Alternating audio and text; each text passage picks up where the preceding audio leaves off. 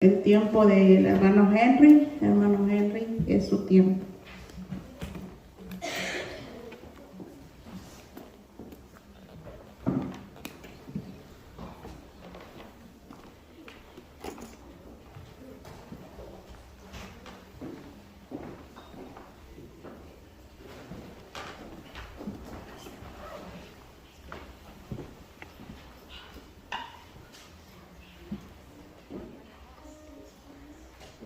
Buenos días, hermanos.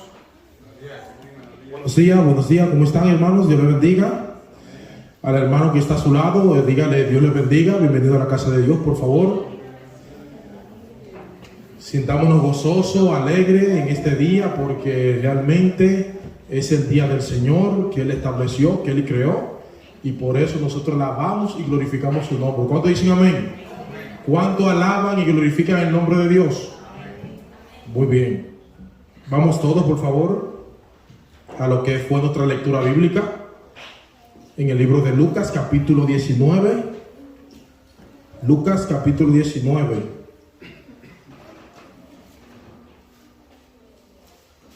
Versos 45 y 46. El título del tema de hoy es la reverencia y la adoración en el templo de Dios. Vamos todos a Lucas capítulo 19 versículo 45. Dice: cuando Jesús entró al templo, Él comenzó a sacar a todas las personas que estaban vendiendo cosas allí.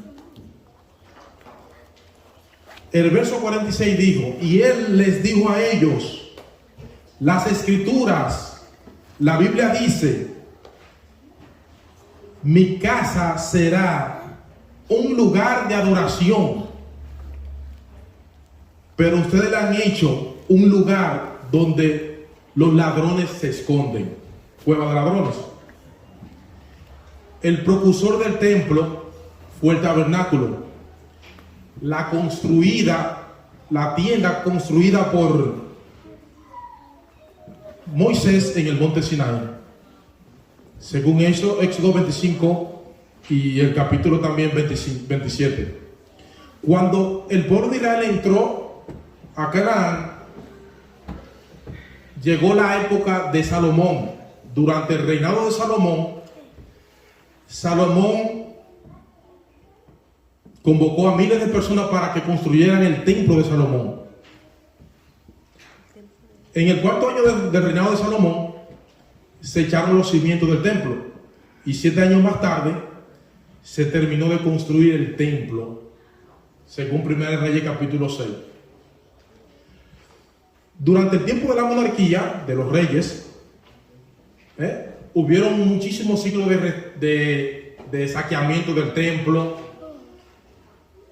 Durante el rey Jeroboam el templo fue saqueado, lamentablemente. Hubo tiempo de decadencia espiritual, de idolatría en el pueblo de Israel, pero el Señor siempre se mantenía con su pueblo. Más tarde, el rey Acaz utilizó algunos utensilios del templo y se lo dio al rey de Asiria como un medio de apaciguamiento político. Pero su hijo Ezequías reparó y santificó el templo de ese entonces. Primera de Crónicas lo dice. Pero el templo fue profanado otra vez por su hijo Manasés. Pero Josías, el nieto de Manasés, reparó el templo, según Segunda de Crónicas capítulo 34. Finalmente Dios permitió que el rey Nabucodonosor destruyera totalmente el templo, y 50 años después el rey Ciro permitió que un grupo viniera de Babilonia a reconstruir el templo. Esdras capítulo 1. Zorobabel, dice la Biblia, fue quien dirigió el esfuerzo para reconstruir el templo en ese entonces.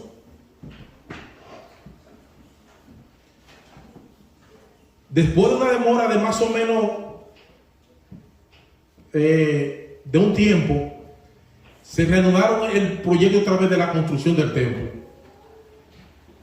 Al principio de la era del Nuevo Testamento, el rey Herodes invirtió mucho dinero para embellecer el templo de su época, según San Juan 2:20. Pero en el 70 después de Cristo, después que los judíos desobedecieron la autoridad romana, el templo de Jerusalén fue destruido, inhabitable. ¿Qué significado tenía el templo para los israelitas?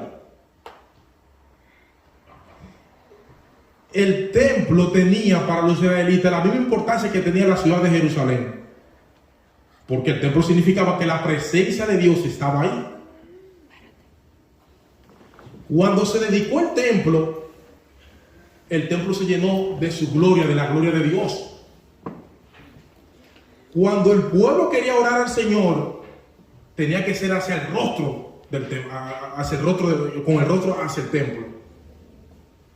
Oigan, el templo también representaba la redención divina del pueblo de Dios. Entonces, allí en el templo se hacían los sacrificios diarios por el pecado de cada ser humano, y el día de la expiación, cuando el sacerdote entraba una vez al año para expiar el pecado de todo el pueblo, sobre el propiciatorio del arca. El templo tiene una gran importancia para nosotros hoy en día también. Durante las personas iban al templo, se les recordaban a las personas que iban al templo que el carácter y la presencia de Dios estaba en el templo. ¿Cuántos dicen amén? Eso demuestra que solamente hay un solo Dios en medio de su pueblo. Sin embargo, el templo no daba garantía absoluta de que la presencia de Dios estaba en la persona. Las personas que adoraban al verdadero Dios tenían que despojarse de los demás dioses ajenos que Dios le exigía a cada una de las personas en ese tiempo y hoy en día, que tenían que dejar esos falsos dioses y seguirle solamente a Él. Porque la presencia de Dios estaba en medio de su pueblo y en su templo. Miqueas profetizó que Dios le iba a dar una lección al pueblo de Israel, a destruir al pueblo de Israel y también el templo. ¿Por qué? Porque en los tiempos de Miqueas, los sacerdotes y los dirigentes estaban mal usando el templo de Jehová.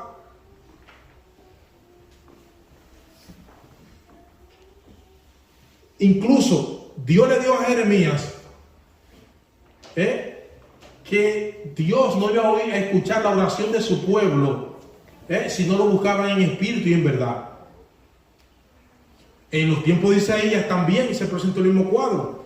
El pueblo de Israel fue un pueblo idólatra, y mientras el pueblo de Israel estaba en la idolatría, el Señor no le respondía las oraciones a ellos.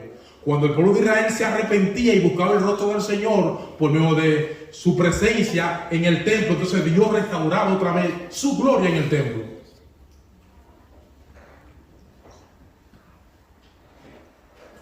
Jesús también predijo cuándo iba a ser destruido el templo. En Mateo 24, cuando los discípulos le preguntaron. Cuando Jesús fue al templo de Dios con gran enojo, echó fuera a los que estaban allí vendiendo cosas. Dice su palabra. El haber purificado el Señor Jesús 2 veces el templo en 3 años de ministerio que tuvo él, significa que Dios le daba interés e importancia a su templo, porque en su templo estaba su presencia. ¿Cuántos dicen amén, hermano? Cristo murió para redención de nuestro pecado y para que los sacrificios que el ser humano hacía antes de que Cristo venir como niño fueran terminados con su sacrificio en la cruz del Calvario. Cristo condenará, mis hermanos, a todo el que le da mal uso a su templo y también lo utilice para beneficios personales. Dios no está de acuerdo con eso. Por eso fue enojado el templo y sacó a todo el mundo, porque lo hicieron cueva para esconder ladrones. Cueva de ladrones. Dentro de la iglesia, Dios no tolera la injusticia y la sección de personas. Las personas que iban a Jerusalén entraban con frecuencia a la hora de oración buscando el rostro del Señor. Pero el Señor dio directrices bien claras que el templo no solamente era el lugar para tú ir a orar. Porque en la conversación con la mujer samaritana, él le dijo, ¿qué le dijo? Dios es espíritu, ¿y qué? En espíritu en verdad es necesario que le adoren. O sea, Cristo mismo constituye la presencia de Dios entre su pueblo. Él es la palabra de Dios hecha carne. En realidad, Jesús llama a su propio cuerpo este templo. Todos los sacrificios que tenían lugar en el tabernáculo, Cristo lo terminó cuando murió en la cruz del Calvario.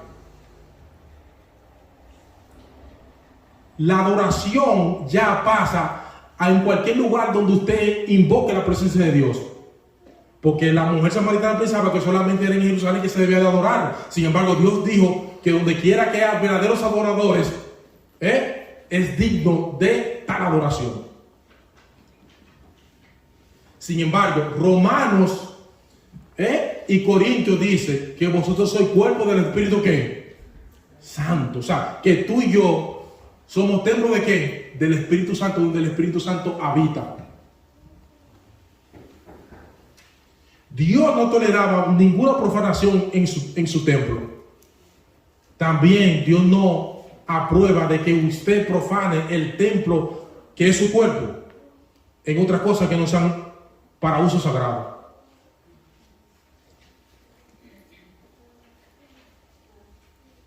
Nosotros tenemos que tomar bien en serio el tema de la reverencia y la adoración en el templo, en las iglesias de hoy en día.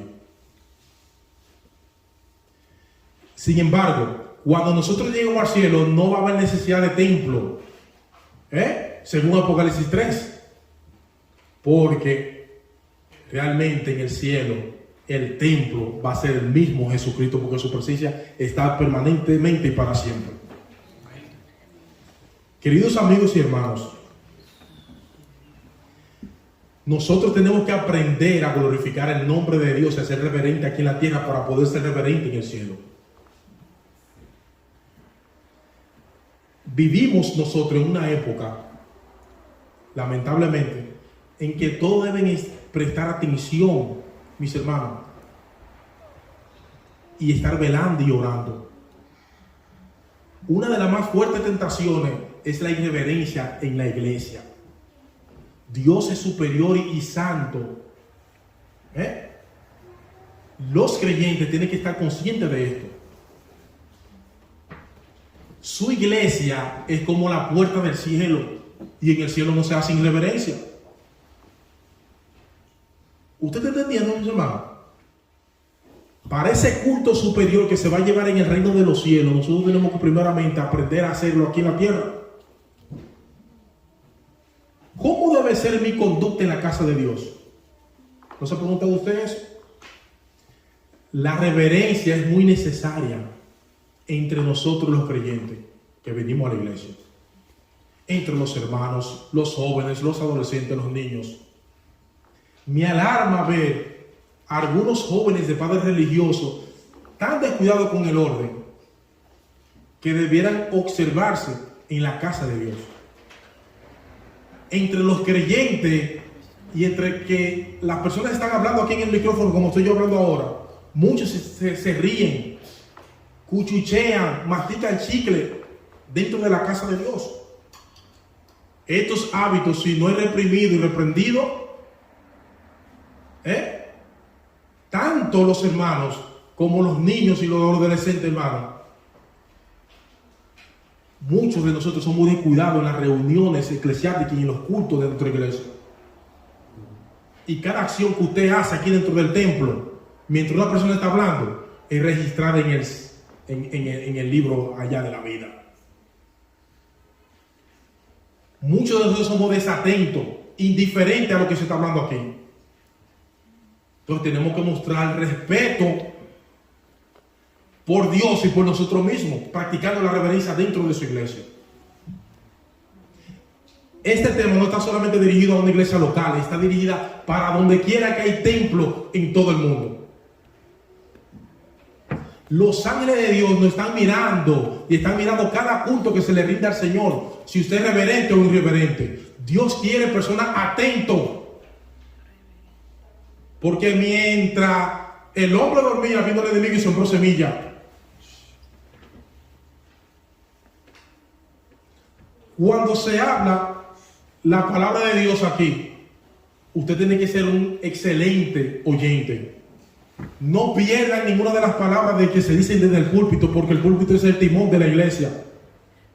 A mí me duele ver que muchos creyentes, mis hermanos, que profesan la religión, mis hermanos, no son transformados en el carácter. No se dan cuenta que ser cristiano es una profesión que casi poco pueden llevar a cabo. Entonces muchas veces muchas personas están hablando aquí, exponiendo la palabra de Dios. Muchos conversan entre ellos.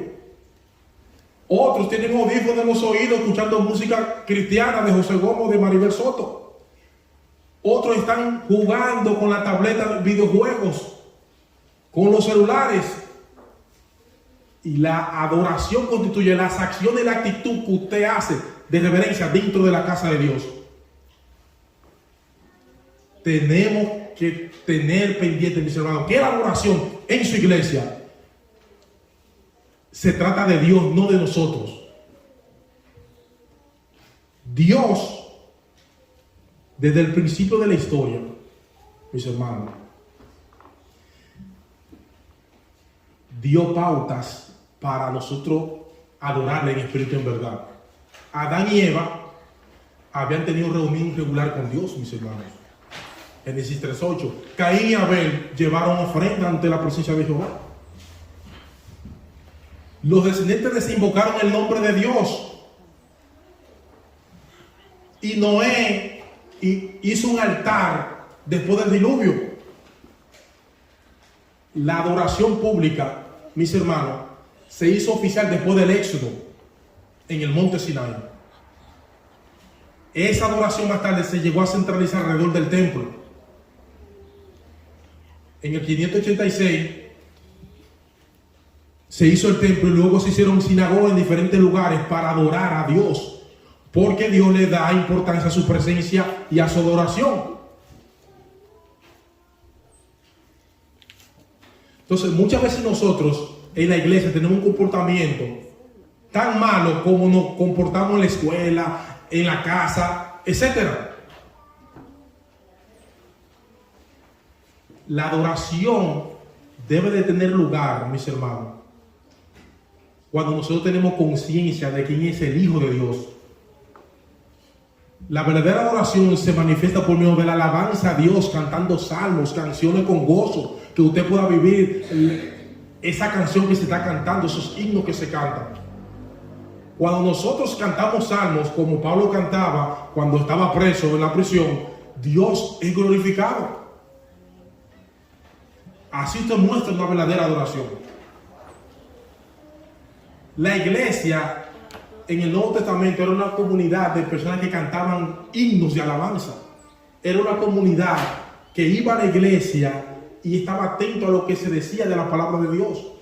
La iglesia primitiva era una iglesia que crecía, mis hermanos, por el estilo de adoración que ellos tenían. Y no solamente tenían adoración en el templo y en la sinagoga, sino también en diferentes casas de hermanos, de algunos hermanos en la iglesia primitiva. Parte de la adoración del pueblo de Dios a través de los siglos ha sido la confesión de los pecados. Cuando usted va al templo, usted tiene que confesar los pecados, prestar atención a lo que se está diciendo y buscar el nombre de Dios, porque usted viene a un encuentro con su Dios. Dios quiere cubrir a su pueblo con su gloria. ¿Cuántos dicen amén, mis hermanos? Dios quiere darte su dulce paz en su corazón cuando tú vienes a su templo a adorar. Dios quiere responder a las oraciones que tú haces mientras lo haces con fe genuina. Dios santifica a su pueblo por medio de su palabra cuando usted viene a su templo. ¿Cuánto dice gloria a Dios? Dios convence, el Espíritu Santo convence cuando usted viene aquí a un culto de oración de justicia, de pecado y de juicio. Ahora bien, el hecho de que nosotros nos reunamos como pueblo, no significa que se está llevando a cabo la verdadera oración, adoración a Dios. Si la adoración a Dios es una simple expresión de los labios, Dios no acepta esa adoración, porque nuestro corazón está lejos de Él. Cristo criticó eso en los fariseos de su tiempo, porque ellos llevaban la ley como legalistas, pero estaban en su corazón, de los fariseos y escribas del tiempo de ellos, estaban lejos de Jesús. Eran hipócritas. Entonces nosotros no podemos venir a su templo buscando su rostro cuando llevamos una vida que a Él no le agrade allá afuera.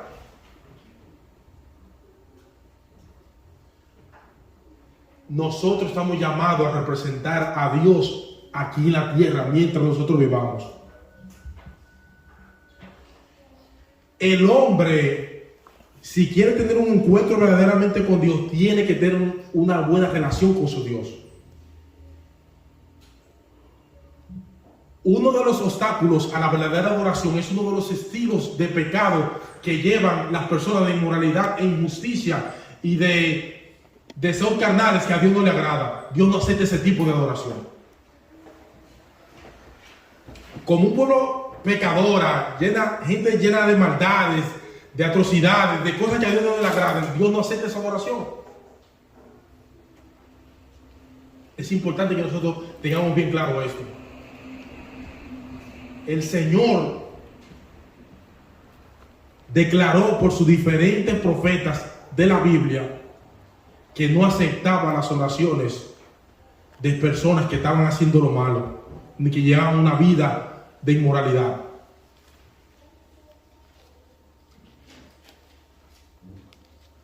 A la iglesia de Sardis se lo dijo: tus oraciones y las obras que tú haces no son perfectas. El libro de Santiago dice que Dios no irá a las oraciones egoístas de las personas que oran a Él. Entonces, no esperemos que Dios acepte nuestra adoración cuando llevamos una vida de inmoralidad y de pecado. La Biblia es muy clara al respecto. En la Biblia nosotros encontramos algunos actos de irreverencia.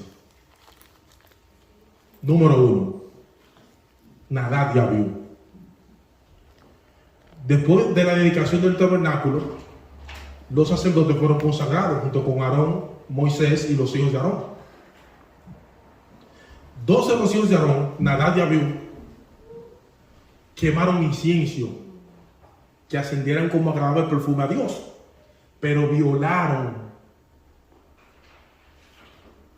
Para quemar el incienso se valieron de fuego normal y no del fuego que Dios incendió para ese uso. Por causa de ese pecado, Dios mandó fuego del cielo y lo consumió delante del pueblo. Después de Moisés y Aarón, la gente más importante eran Nadab y Abiú, señores. Habían sido especialmente honrados junto con los 70 ancianos cuando Moisés los llamó para livianar la carga que él tenía al pueblo de Israel. Sin embargo, al usted ser dirigente de iglesia o creyente, porque usted haya recibido gran luz, porque usted haya tenido muchos momentos de consagración, no le es excusa a usted como creyente de que usted puede pecar impunemente y que el Señor la va a pasar por la ligera.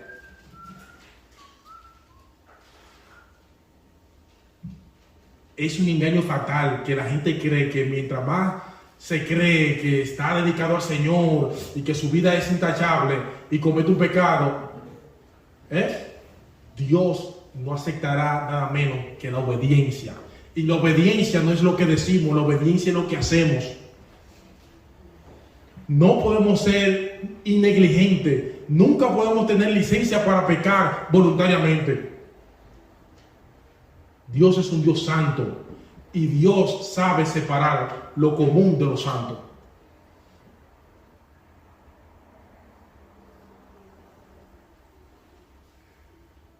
Moisés fue un hombre de Dios que buscó a Dios en oración. Aarón, sin embargo, fue muy permisivo con sus hijos y no le dio hábito de dominio propio. Tenemos que aprender a tener dominio propio en nuestras vidas.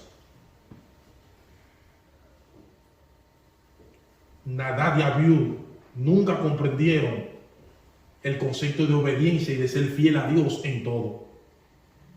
Y por eso le vino el castigo divino.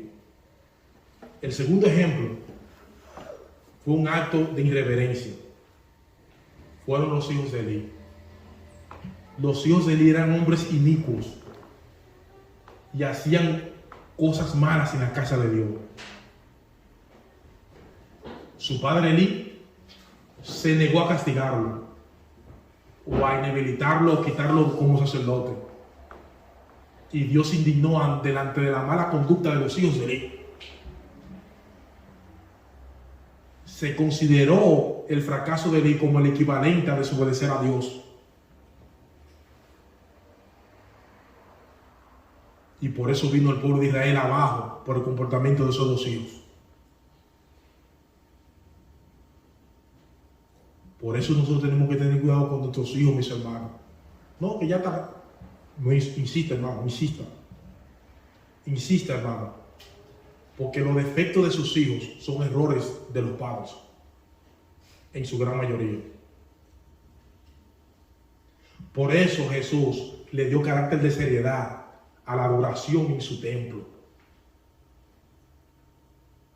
Por eso Dios le dio carácter de seriedad, mis hermanos, a que cuando vengamos a la iglesia y nosotros busquemos su rostro, su presencia, nosotros seamos verdaderos adoradores. Hoy en día el tema de la irreverencia está siendo tomado. Hay mucha gente que son irreverentes en la casa de Dios y que no sabe ser verdadero adorador.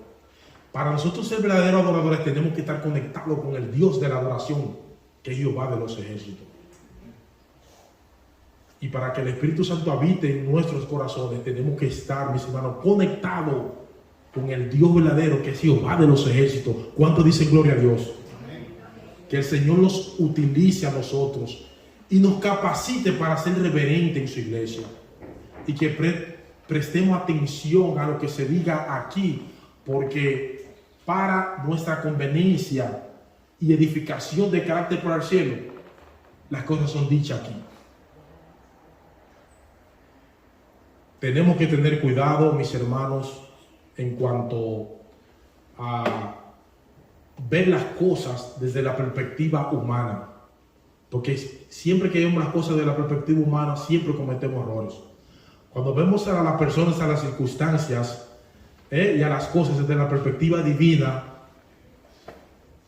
entonces ahí nosotros no cometemos errores. Y como decía esta mañana el varón, que Pablo siempre decía en su Biblia, cada día muero. Y concluye con el texto que dice Pablo en Gálatas 2:20, con Cristo estoy juntamente crucificado. ¿Usted sabe lo que significa con Cristo estoy juntamente crucificado? Y ya no vivo yo, sino que vive en mí. Y Pablo se atrevió a decir en diferentes lugares en la Biblia, sé imitadores de mí, así como yo de quién, de Cristo. Y ya no vivo yo, sino que ahora vivo Cristo en mí. Ojalá que el Señor viva en las mentes y en los corazones de cada uno de nosotros. Que Dios le bendiga, hermanos.